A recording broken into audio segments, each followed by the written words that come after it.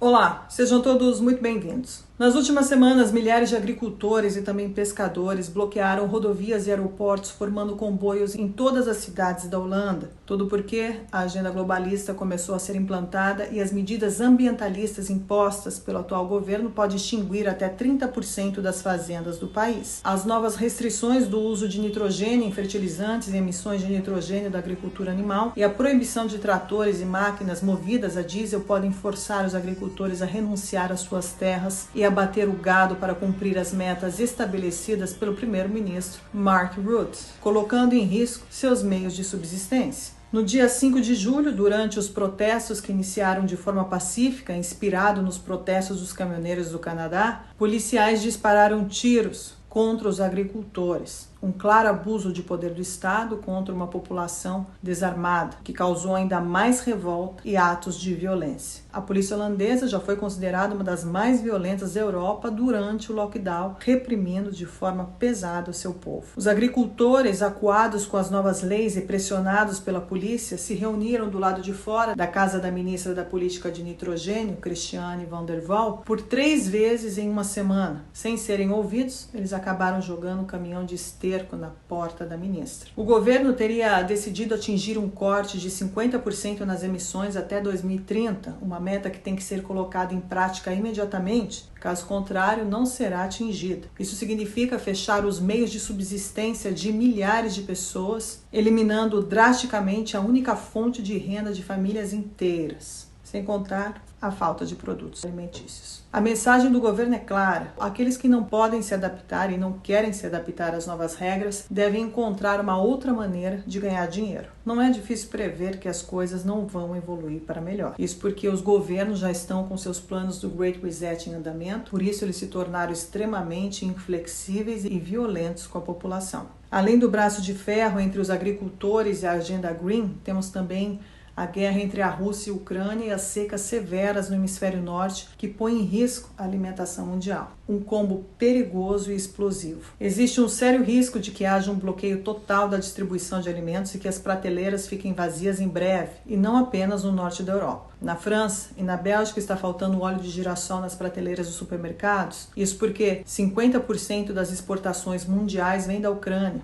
A guerra dificulta o comércio entre os países e causa escassez de produtos e uma alta de preços incontroláveis. Todos os produtores, além de enfrentarem os problemas climáticos, estão sendo penalizados na Europa com a proibição de produtos fitossanitários, que, segundo eles, está causando muita perda nos campos nos últimos anos. Por outro lado, os governos liberaram os alimentos OGM, assim como aconteceu com as vacinas. A grande mídia e os especialistas da TV empurraram o OGM na população. Mas o mundo acadêmico não concorda em afirmar que os alimentos assim produzidos não têm consequências prejudiciais à saúde humana. Mas eles não se importam com isso. A França enfrenta a falta de ovos e frango devido à gripe aviária. Desde 2021, 1.350 aves foram detectadas com a gripe. O governo francês decidiu sacrificar mais de 15 milhões de aves em apenas 5 meses. A segurança alimentar nunca esteve tão ameaçada quanto agora. Bloquear a cadeia de suprimentos não é o único espectro que se esconde na Europa. Há outros que devem ser considerados, como o abate forçado de milhares de cabeças de gado e o encerramento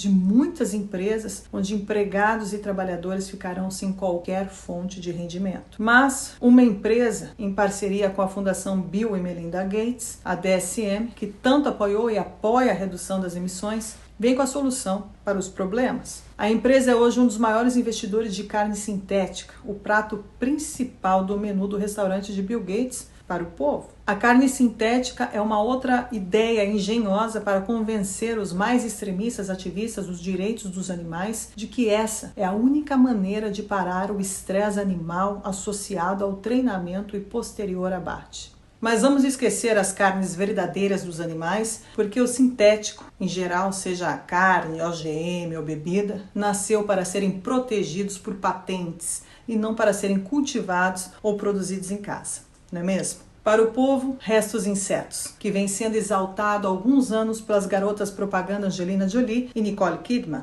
Mulheres lindas, atraentes e capazes de manipular mentes. Just a little side note. 2 billion people in the world eat bugs, and I'm one of them. Because here we go. Have some mealworms. I'm telling you, I'd win Survivor. That is a fruity taste. I'd recommend it. Here we have. Oh, crickets. Oh, nothing. Oh, awesome. I first had them when I was first in country. Crickets. You start with crickets. Yeah. Crickets in a beer.